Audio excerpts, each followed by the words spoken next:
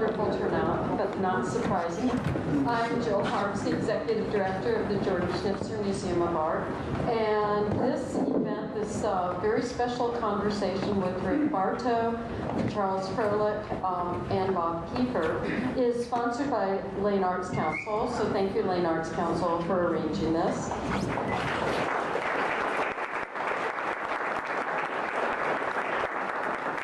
Museum, of course, because this is just a prequel of our major exhibition, and you've probably seen the catalog on the side.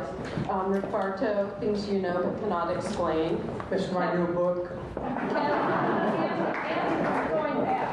Going really fast, so get your copy while you can before we have to reprint this.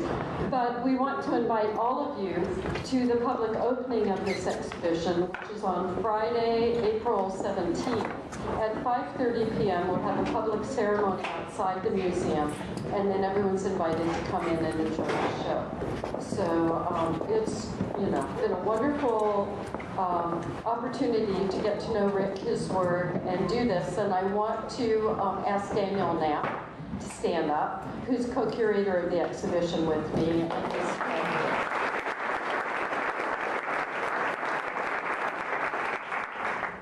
Okay, so in no particular order.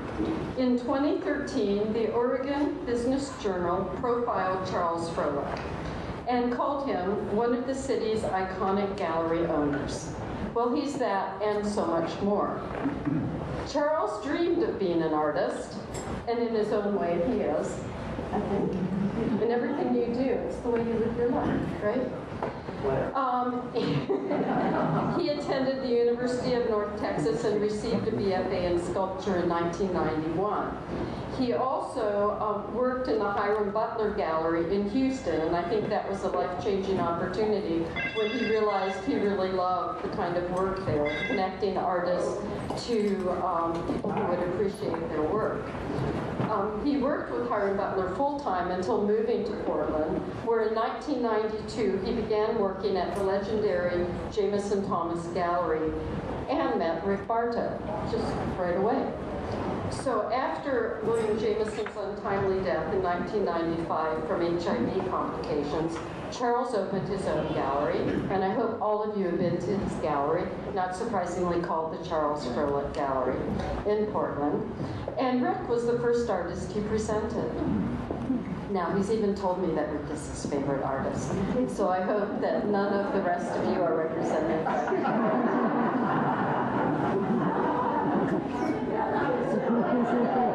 Certainly today he is. He's going to turn red. Okay, so Rick Bartow is one of our nation's most prominent contemporary Native American artists. He was born in Newport, Oregon in 1946 and is a member of the Wiyot tribe of Northern California.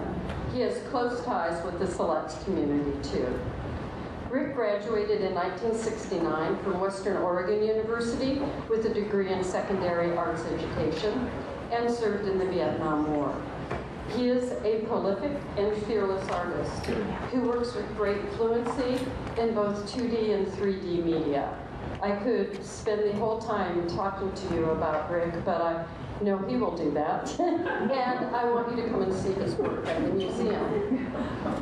His work is represented in more than 60 collections, including the Yale University Art Gallery, Brooklyn Museum, and the Peabody Essex Museum, just to name a few. And his art has been referenced in more than 250 books, catalogs, and articles. Writer and photographer Bob Keefer graduated from Harvard University in 1975. Okay, well, and spent 4 decades as a newspaper writer before retiring in 2013 to pursue landscape photography and independent writing. He wrote about art and artists for most of the 30 years he was at the Register Guard, and is now editor of Eugene ArtTalk, a subscription arts blog which you can Google and join. So without further ado, please join me in thanking our 3 speakers, and I'm sure we're in for something very special.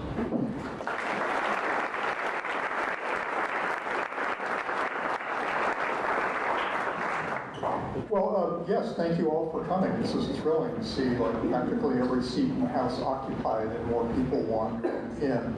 I've known Rick Bartow for a long time as a writer and have long been an admirer of both him personally and of his incredible artwork.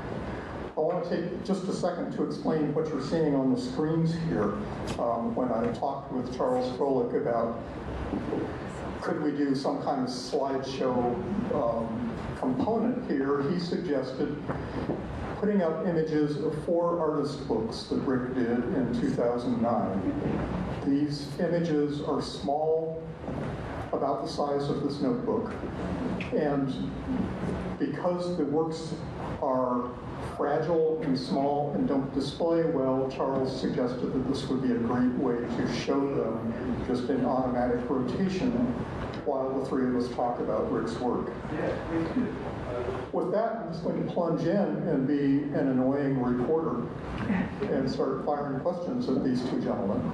And of course, Rick, I'm going to ask you the first question, which is, in the time that I've known you, you have struck me as one of the artists who could sell his work for the most money and yet is the least precious about it. I've seen you just in conversation tear up work in front of me or start scratching on it with a crayon or a pencil. What makes you so loose about ownership of your work? Because I make a lot of work, I can show off.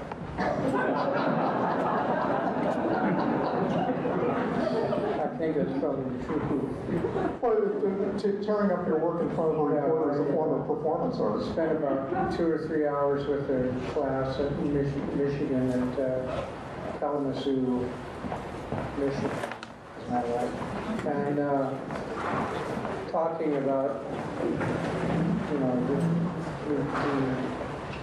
the importance of word, of art, for the students to be aware that now it's the time for that secret language that young people only know.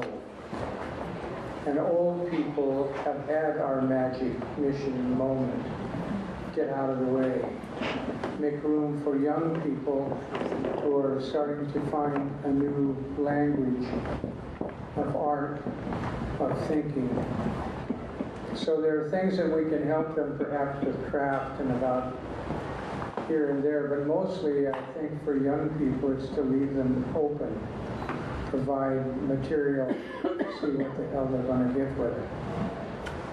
And for me, working with them to show them that it is really time for us to move on, I tore the drawing after 2 or 3 hours into about 50 pieces and signed it to anyone who wanted a real Bartow.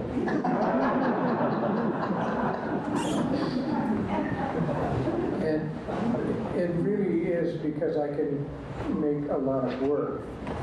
But there's more to that, and that is that the moment that I'm working is the part that's the best.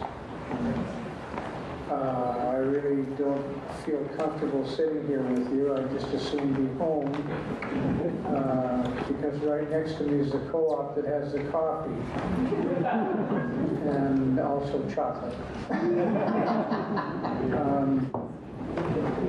So to make art is a sacred sort of thing.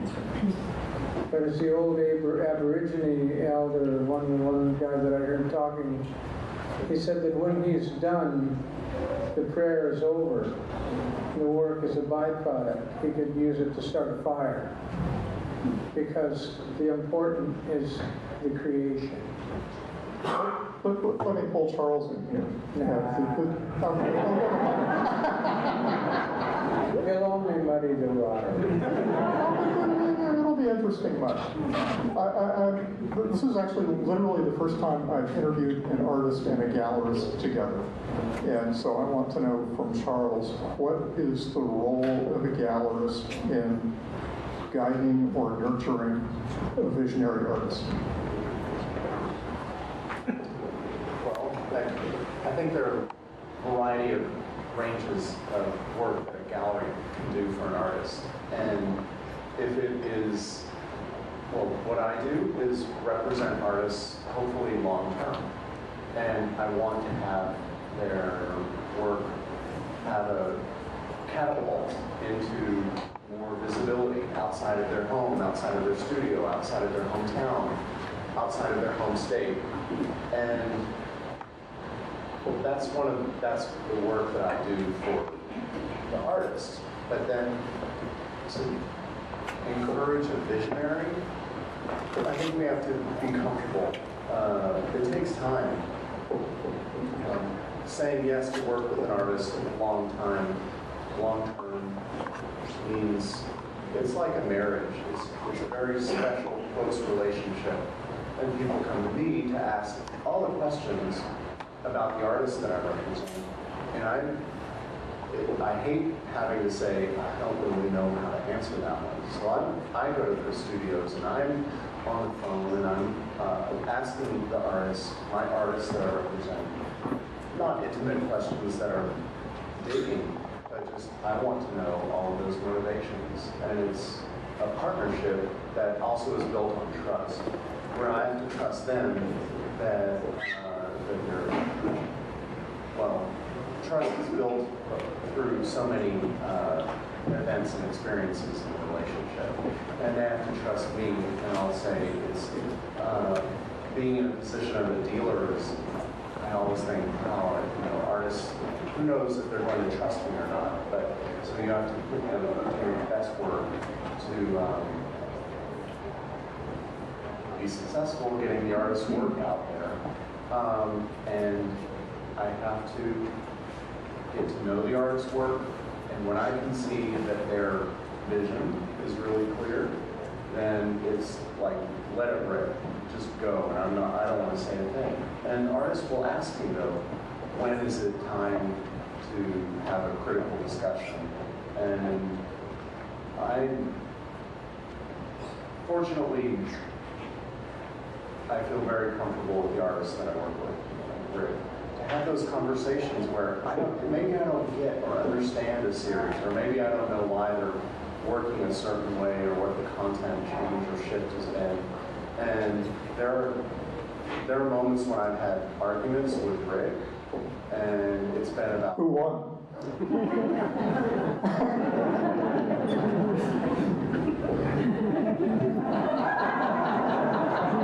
He always does. But it's once you graduate from college or you have a studio, a critique group with friends, there are moments when it's very difficult to get an honest criticism of like, you know what, you need to learn how to draw people better, or you need to learn your color wheel better, or you need to learn how to handle etching or paint better. And there are times when I have those conversations with my artists, or people. If I have a studio visit, I try to have those conversations when there's a trust, and when I really feel like I understand why I'm saying. Is that? Well, Rick, you have said many times and in many ways that you channel a kind of spirit in your work. I think my favorite quote from you is that the spirit flows in one ear and out the other, and you try to grab hold. So how does a person arrange their life so they have even the slightest chance of grabbing that spirit?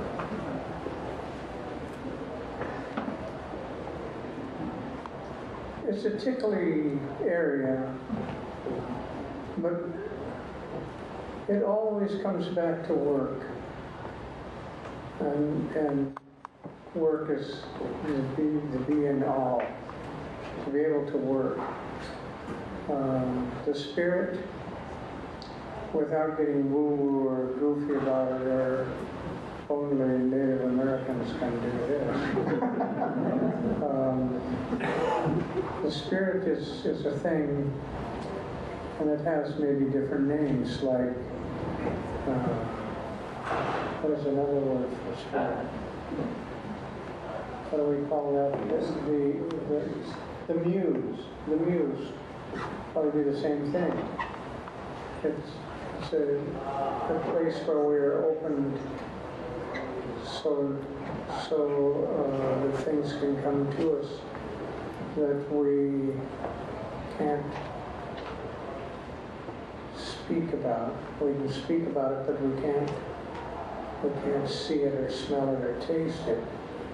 But we know that it's there. And that's the title for the book, which I'm shameless pushing here. $35. Only, and Christmas is just around the corner. But the spirit, for me, I'm part of the Red Road belief of Native American spiritual way of looking at the world. I don't have to join anybody or pay dues. It just is. And in that place, if I'm open to it, then it comes to me. But as we were talking earlier, just a couple of days ago, we were talking about Vincent van Gogh, who said that he gave himself to the art, and because it proved his undoing, because it took over him.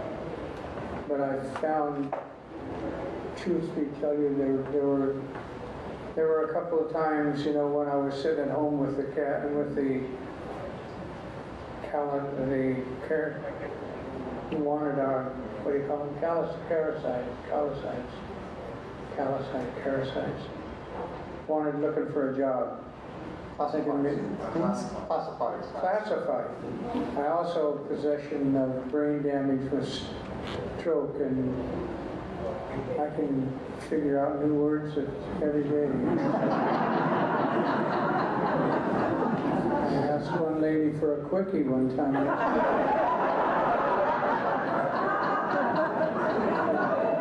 It got even worse when I turned right around and asked her again. So I go slow and sound a little slow because I have to be careful not to tell that story twice. So the spirit is an energy, and it is a real thing.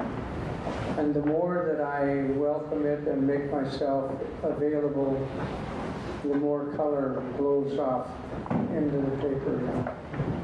And I don't worry about it. About the only place where I'm comfortable in the world is when I'm with my son, or when I'm working, or with someone such as Charles, who I've known for years now.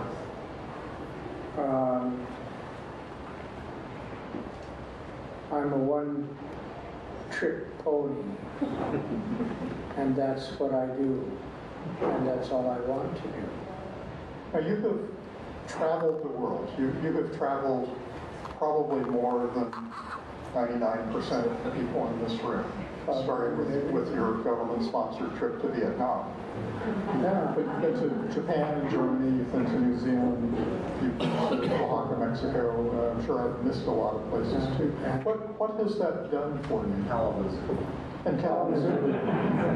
Very cold. And the crows were out at 11 o'clock at night, and it was below zero. What it does is, I was absolutely ecstatic when I came back from a few of those trips to find that it's true what people had said, that as people we are more alike than different. And I thought it was a wonderful thing to find that I was figuring out how to communicate with a Japanese farmer on the west coast of Japan, and up in the top of the Japanese Alps. It's now a ghost town. Where I was there 3 years back working in a ghost town because the last big earthquake had rendered the place nothing. So I find that is, I think, the best, neatest thing is to really find somebody saying that and then find that it is really true, that we didn't have one word together, but we could understand quite clearly what was going on. And that we go in these places as ambassadors, whether we want to or not, with the art. It was so wonderful to pull into an old farm customs, a farm couple who opened the door, and in their entryway was one of my posters of a piece done in Coos Bay, and they were very happy to show that to me outside there. As my uncle used to say, maybe it would keep the rats out, but it was there.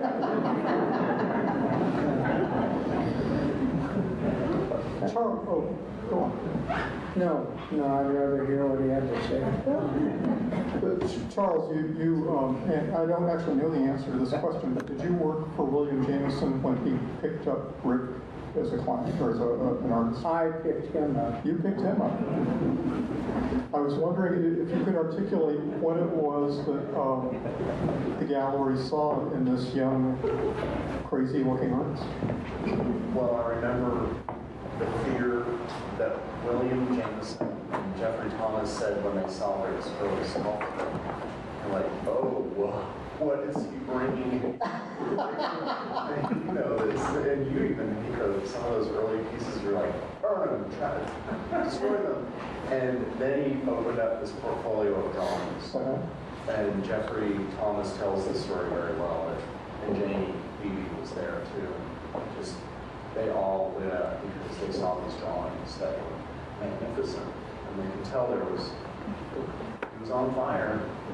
And on fire with what exactly? making the art, just fearlessly diving in and making the art.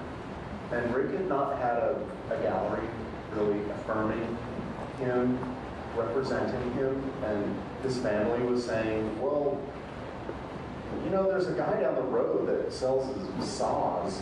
You could sell your piece for $100 too. So, And I bet you could. so He chose, if I could interrupt you, I'd take the old fence posts out of the pasture in South Beach and make them into dogs with all the nails and the wire wrapped around them. Oh man, he could barely handle that, my old uncle. But then he heard that we sold one for $1,500 and he brought me a wheelbarrow. Could be taught.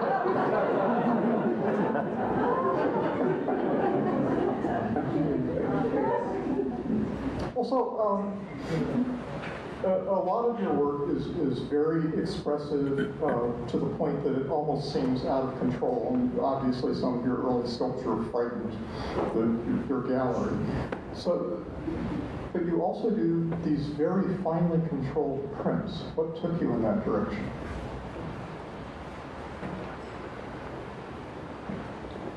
You've got to try it to see if it works. And you got to be doing something because, as I've been pointing out to people, it is, in fact, a job. It's a wonderful job, and it's a very nettlesome one. And as many times I've talked with my son, saying that our art is blessed, and it's also a curse. Because not only is it hard to make a living, but it's also will make you crazy because you can find with Booker with sound and lyric, you could feel it, but you still can't quite get to it. And you're working with other people in a collaborative situation, and you're trying to get them out of that, to get them to do something. It's like a symphony in a way. And it's the same with the art. It's like a little symphony. It's like a little army marching across the paper, making marks. and you can see it almost, and you make one mark, and then you're up the rest of the night trying to rectify what happened. But you had it just a second, but you can't get that feeling back. You're back to the spirit again, and you're back to working, working, working, working, working. Nobody cares because nobody's seeing it that you're doing it, working, working, working. So between you and the spirit and you and work, there's nothing.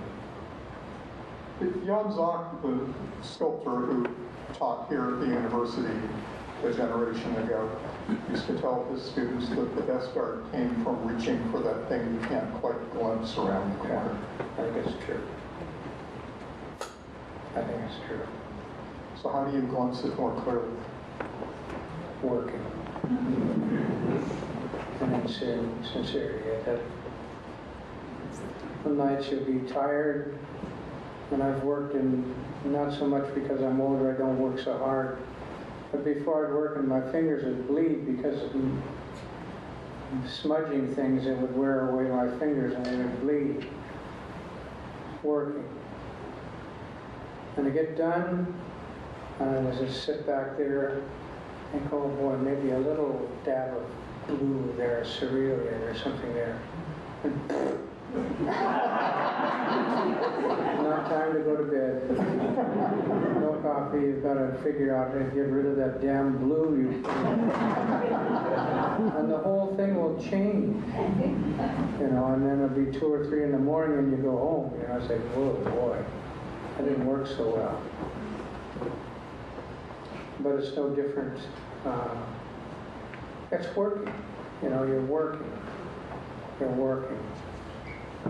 And if you don't work, then nothing, you have nothing. I don't know why these people come. But if I didn't put a picture up, or if you didn't talk to us, or Charles wasn't here, why, well, how would we communicate? Why would we do that? I don't know. It makes me very uncomfortable. I'd rather be home. Alone.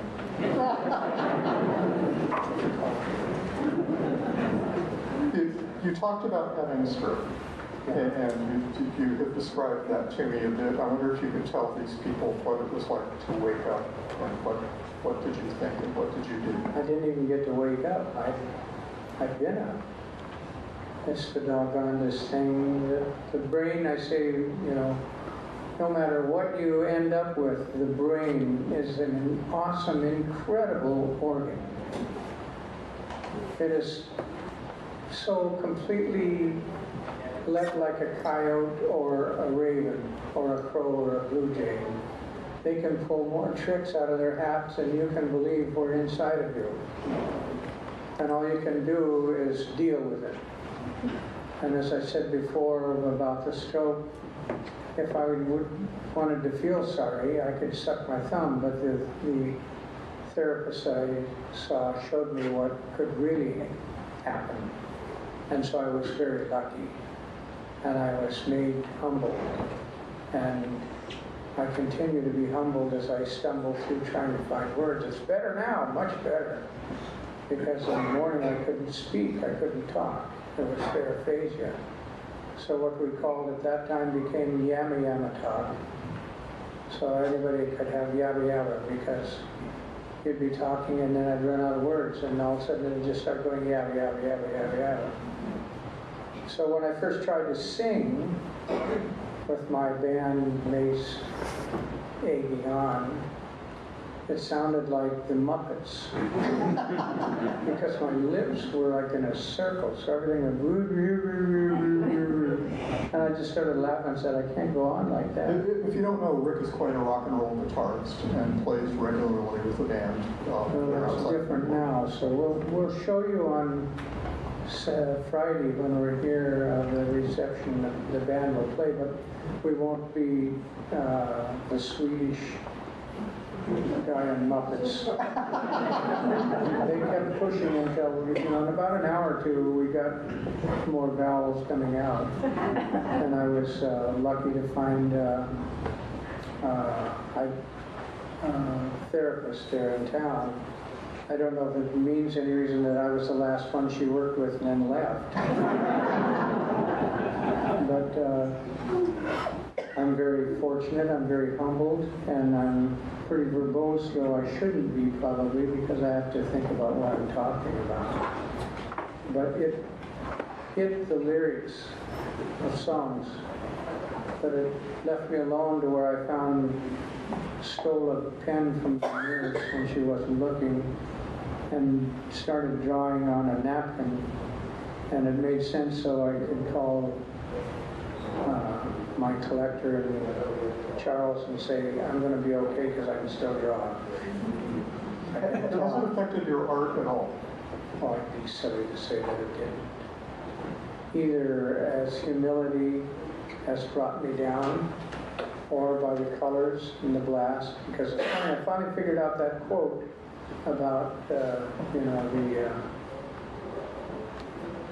we're talking about something, to really make things clear. Nothing like a sentence of death to my, clear your eye. Clarity, gives you clarity. So, sitting here now, I could fall over and that'd be it. It would be a mess. I'd be embarrassed, but it's true. So now I find that the circle has an end in Rick Bartow. And I can sit at home, suck on my thumb, or I can go ahead and do the work.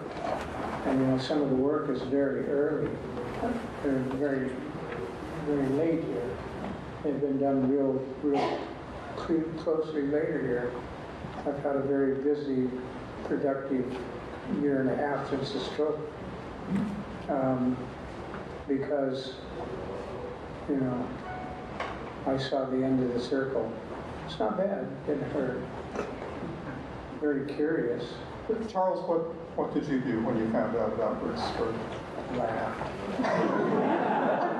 After that? He said, I knew you had it. Well, who wants to hear this about something like this? So it was a freak out, sure.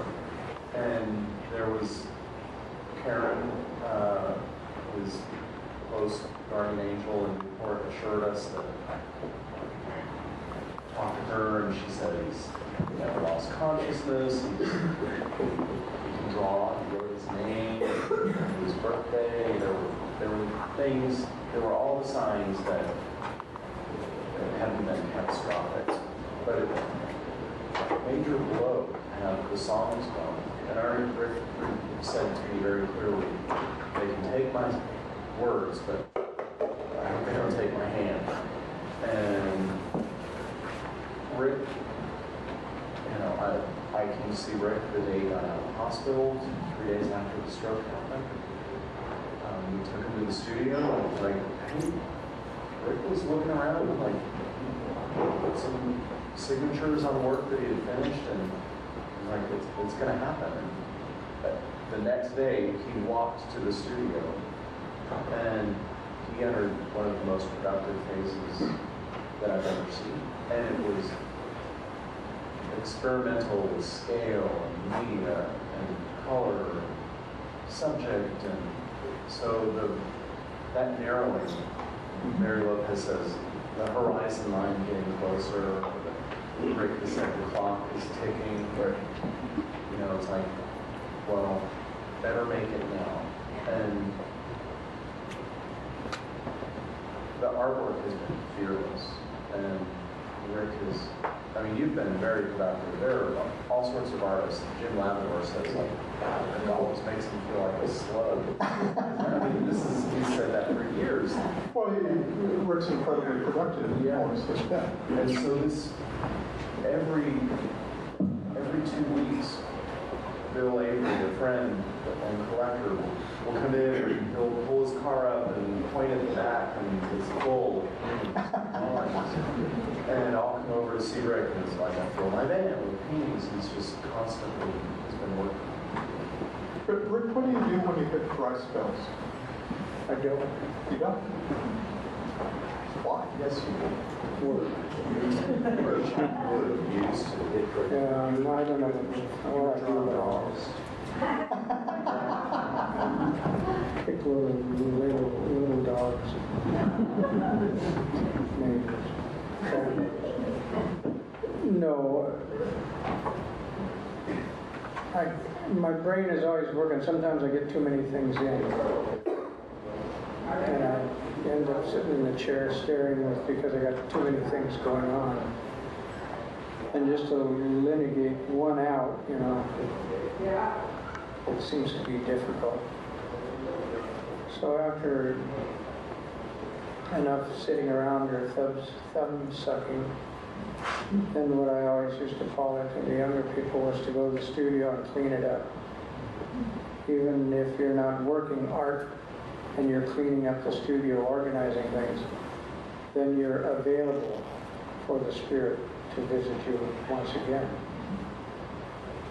So I don't tend to, longer now, I don't worry about it because there's always something to go. But here, when we started the print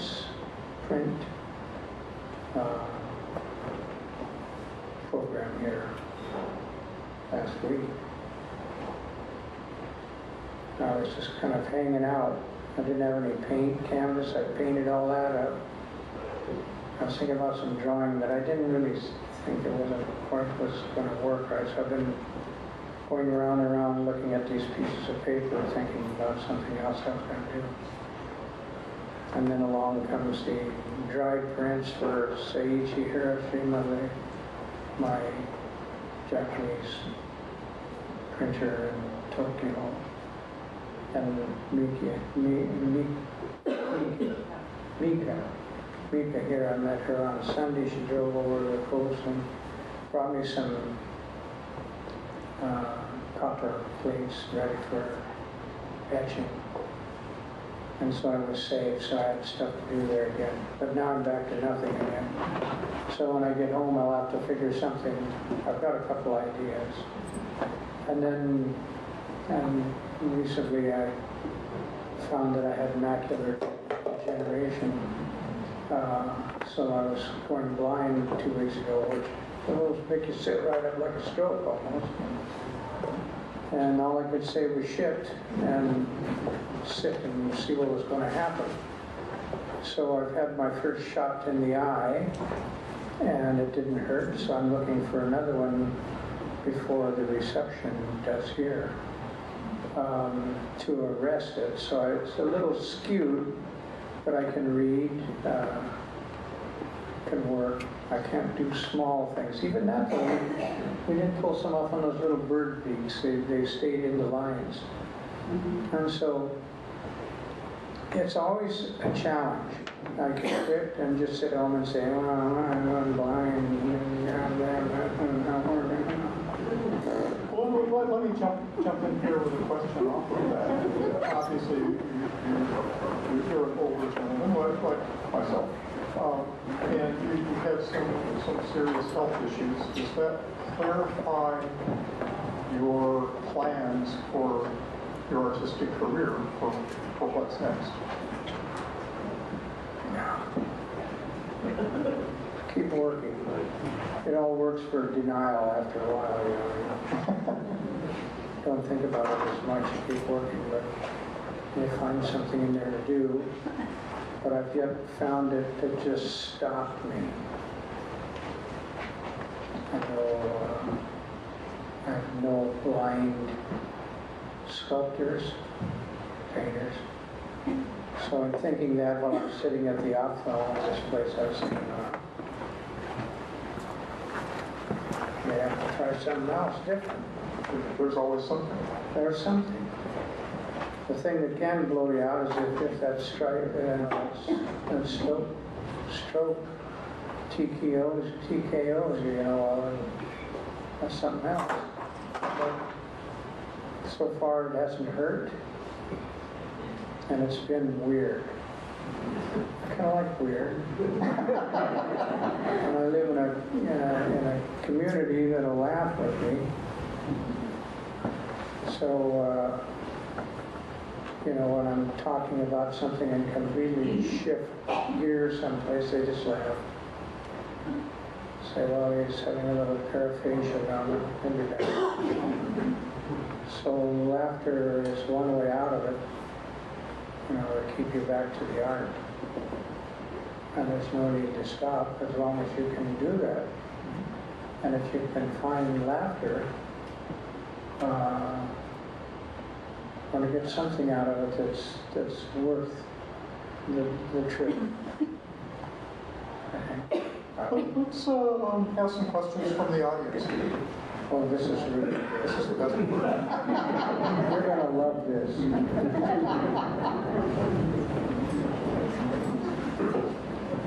Yes. Oh, they're all over there.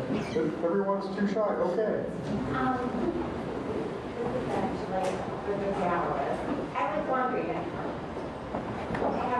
has Rick ever brought you work that you didn't The question is for Charles, has Rick ever brought in work that you didn't use?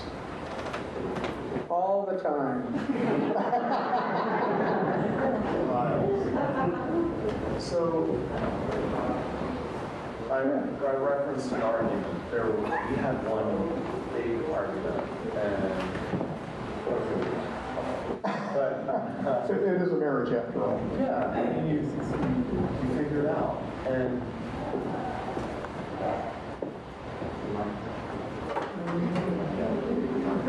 it was great. Rick Be brief.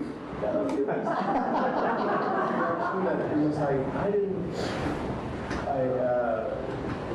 it was one time. Okay. So I want to remind you. It's a funny thing to say, because it's very personal, but I think of Rick as a storyteller, and I don't want to be someone that pigeonholes any of the artists I work with, or pigeonholes.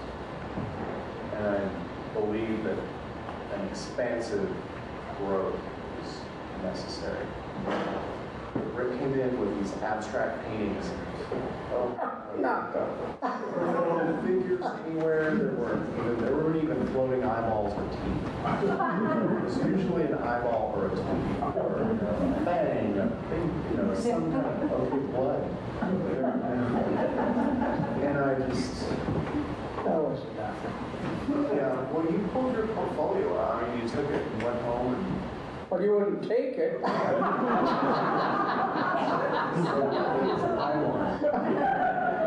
wouldn't leave a personally good portfolio lying around. Rick, you were not, you didn't. I wasn't here. Yeah, you weren't there. And it was, to be very honest, it was, Rick's, the foundation of your work is so gestural, and the finish of your work is so gestural and fine. There's this balance. And this was all gesture and no story. And our dear friend Dorothy thankfully gave me these words saying, your gift is so rooted in the narrative, and your narrative that we can connect to. And I said that to you. I hope I remember someone trying to say that. And your work has remained with aching gesture throughout. And I think after that, it didn't seem like it was not like, wow, that's really uncomfortable, we're never going to talk again. But it was very difficult that day because, who am I to teeth? Well, you certainly did that day. It was a real off series. So where are those drawings? Yeah, but you know what? He took them home and started drawing over them. And they were killer. You are lucky. Well, Charles, I've got a further gallery question, and that is, in 2009 or so, the bottom dropped out around here, as it may have also in other places. A lot of galleries went off the cliff here in town. We're down to a smaller number. What do you see as the future for commercial art galleries of quality? Boy. It's funny, I go to LA a lot nowadays and talk to dealers there. And and going to the art fairs like Miami. The art fair drive, it's a machine, and there is marketing, PR savvy. There are machines out there that are just, they're backed. There are corporate gallery machines. And I think, God, I could get really afraid of like, oh, what am I doing? I'm just this little independent gallery, in Portland, Oregon. But people want authentic art. Throughout the recession, I'll say, I thought, oh God, here comes a phase of only having flowers and duck peas. Because I thought that people would be so freaked out by their lives and their finances that they would want happy, pleasant things. Well, it was like the skulls won. Blood-letting and people like little old Lutheran altar ladies were coming in and buying death paintings. It's like, okay, people went for it. And I've always had a tough edge, I think, to the gallery. There could have been a lot of narrative artists or volunteers in the gallery that are tough. And it was hard, for sure, and we sold a lot less work. We sold less expensive work, but it was still gutsy. Any more questions out here? This gentleman in the back here. When you're working your images, your iconic images of birds and coyotes or wolves and people, are these imaginary images you're working from, or photographs, or sketches, or models? Well, let me just repeat that question. Is when Rick is working his iconic images that often involve wildlife and iconic figures like crows and ravens and wolves, does he work from imagination or from reference material or from life, or how does he do it? Actually, it's a little amalgam of everything. I have a, what do you call that, a morgue. I have an old morgue, which is an old tin box that's full of everything that might have caught my eye, tear it out of a book and put in there. And also, in truth, where the drawing studio are completely filled with bird species. Great horned owl, eagle, bald eagle, hawks, small birds, ducks, waterfowl. We live on a nest or an area, and also a whole bunch of beaver dams up behind the place. So there's also bear, coyote, elk, deer. So a lot of these animals, you can see them when you're living there. And so it's not a big stretch to say that they become that way. I'd rather do that than Morandi doing blue bottles or something. I find delight in birds, animals.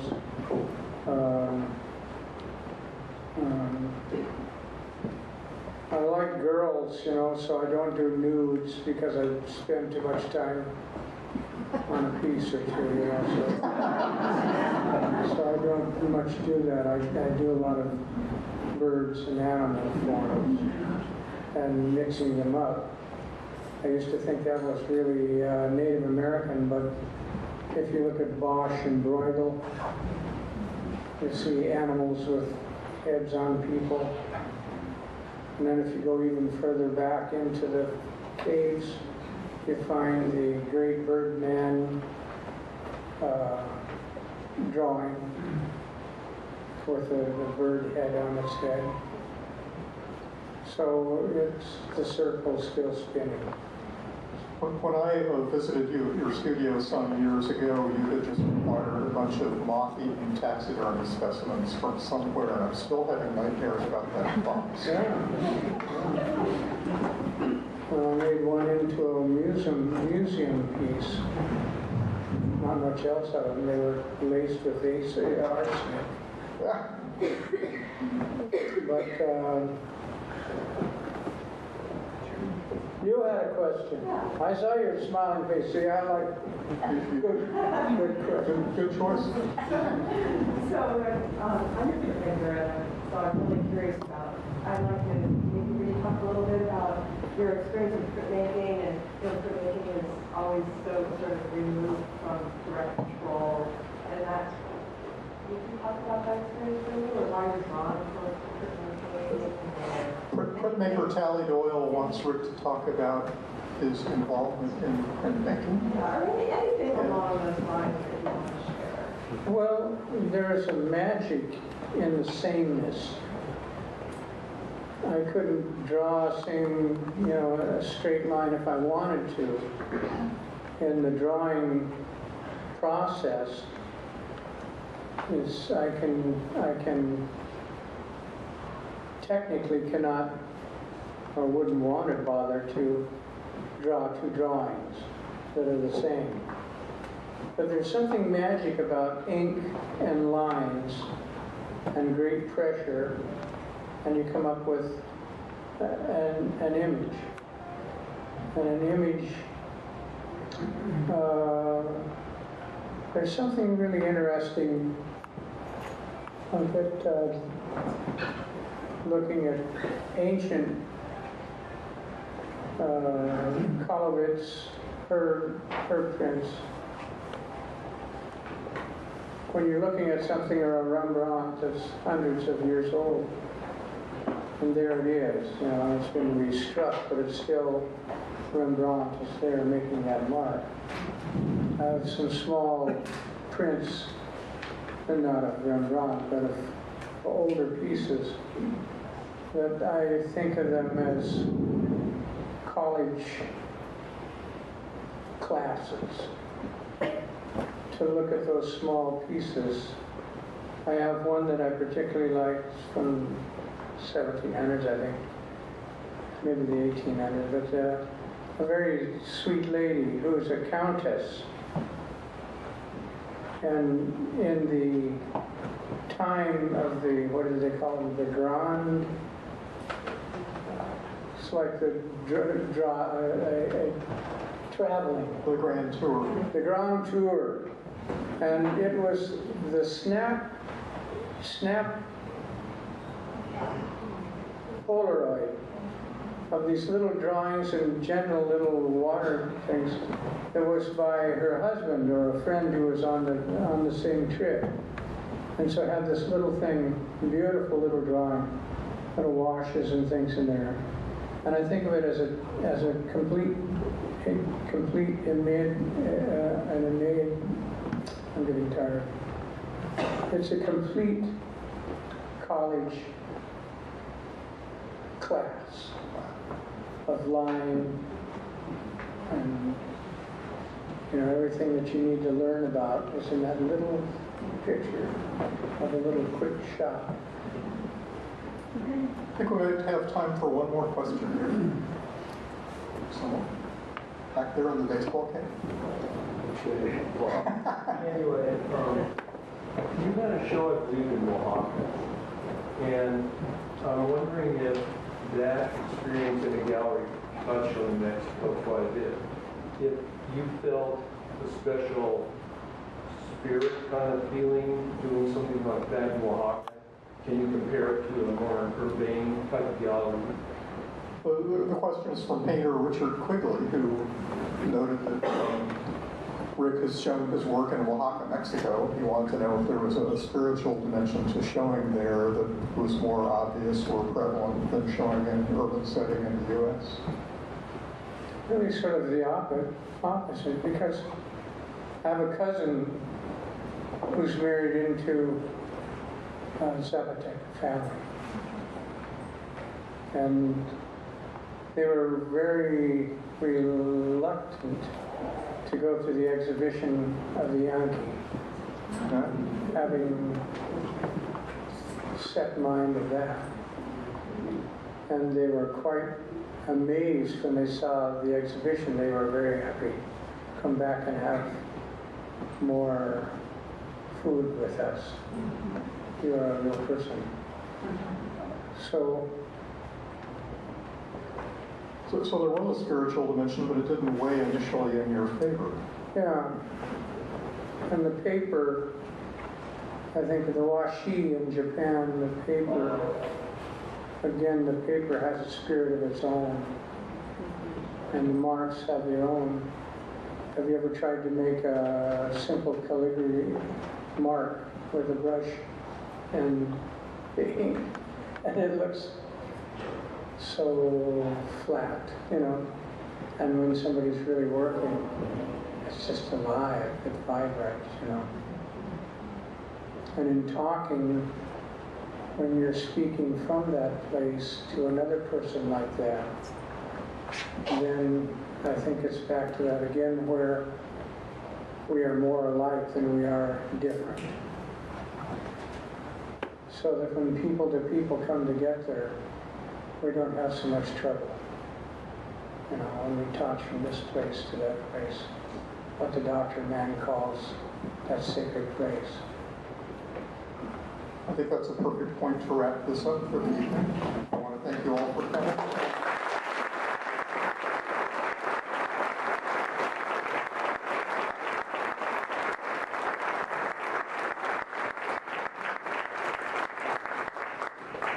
Rick will be around, although I'm just about to drag him down the street to the Schrager Clarke Gallery, which is also having a show that's just gone up of his prints. Thanks.